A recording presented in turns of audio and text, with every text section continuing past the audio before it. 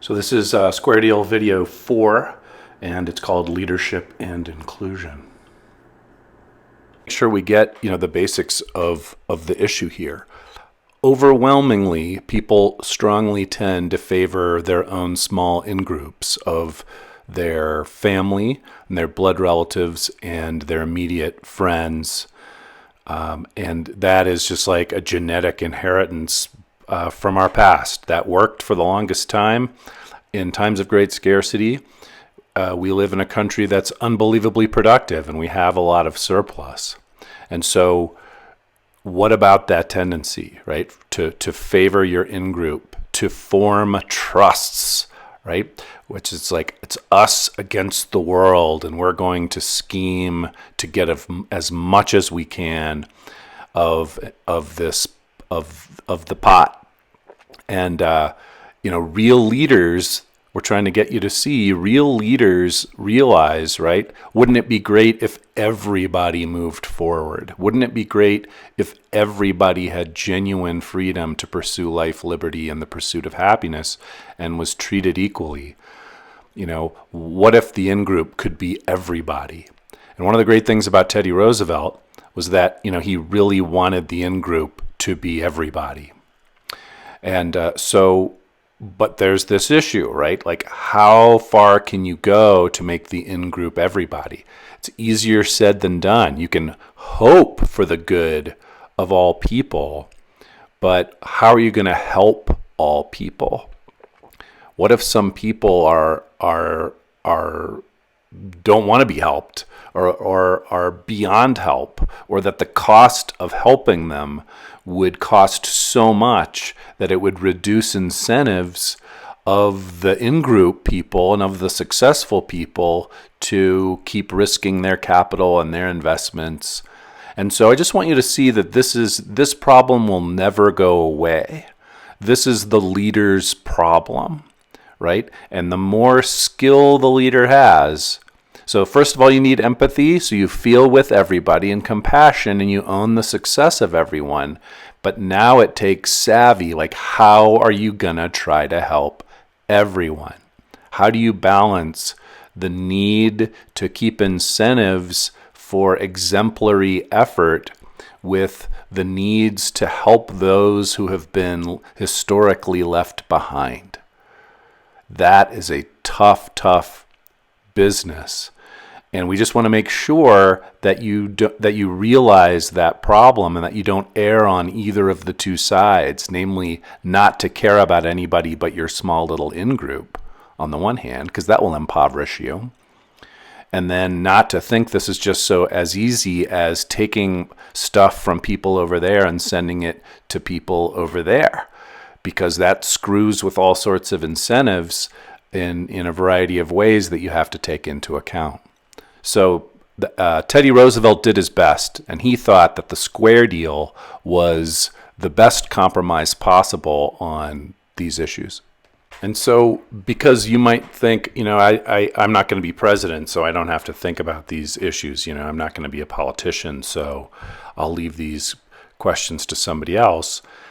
I want to, really try to press deeper and try to get you to ask yourself, let's just say you run your own business someday, or if not run your entire own business and be a business owner, that you're the head of some division or floor or a team at where you work someday. So like, what's your relationship going to be to those people that are under you in that organization? Let's just for the sake of ease, let's say that you're the owner of the business. Are your employees going to be in your in-group, or is your in-group just your family and your friends and the guys at the country club? Is that your in-group? So that your employees, like, they're the people who are sort of you're in competition with from that point of view, right? Because they want money too from their work. So you're going to try to maybe minimize how much money your employees get and still have them do a decent job and come to work. Is that the way you're going to deal with them? Or are they going to be in the in-group where you get to know them, you get to know their kids, you really want them to thrive because you have so much empathy and compassion for them that their success is your success. And when they can afford to send their kid to St. Mark's, or their kid goes off to UT and or does well at a baseball game or whatever, it's like, wow, those are my people. And my life has expanded because I've cared for these people so well, and I know them so well, and we're all this big team. And so how's it going to go? Because it could go either way, right? How big can you get your in-group to be? And then, like, how do we start in that process? Like, how many of the kids in 8th grade are in your in-group? How many do you even want to be in your in-group? How many people are you intentionally putting in an out-group? Like, and why are you doing that? Do you see? Because it's going to end up being, the quality of your life is going to hinge on your ability to have a big in-group and to actually give it care. And if you can do that, you're going to be a thriving person. And if you can't do that, you're going to be kind of stingy or really stingy, right? And so we want you to think about that now, so you can start taking action to get yourself in a position where you're going to be the guy who is going to treat his employees really, really well and view them practically as part of his family.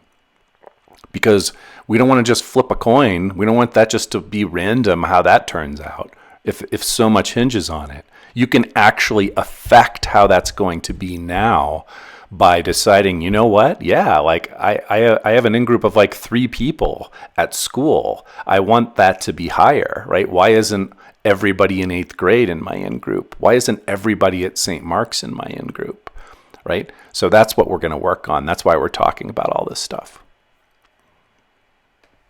So we bid adieu to Teddy Roosevelt, TR, one of the great American presidents. Strenuous life, square deal, massive effort on behalf of the people of this country. He helps us walk quite a ways forward in the tramping our perpetual journey as Americans. So takeaways for this video. You should be able to explain in your own words how Theodore Roosevelt tried to balance between the need to take care of everyone while simultaneously tending to the rights of individuals that aren't to be interfered with. So how does he balance that? Also, you should be able to discuss intelligently and honestly your thoughts and hopes for your own life and business someday. Will your attitude be more, I'm an individual in competition with other individuals, trying to get as much as I can? Or more, my greatest responsibility and opportunity is to grow the world by taking care of my people? Try to think of how different those outcomes would be for the people around you at work. Who would want to work for you if you had the former attitude, or who you'd want to work for who had that former attitude versus the latter attitude, right? Wouldn't that be a great boss? And so we certainly hope you want to be a great boss and understand, what's at stake and how to get there.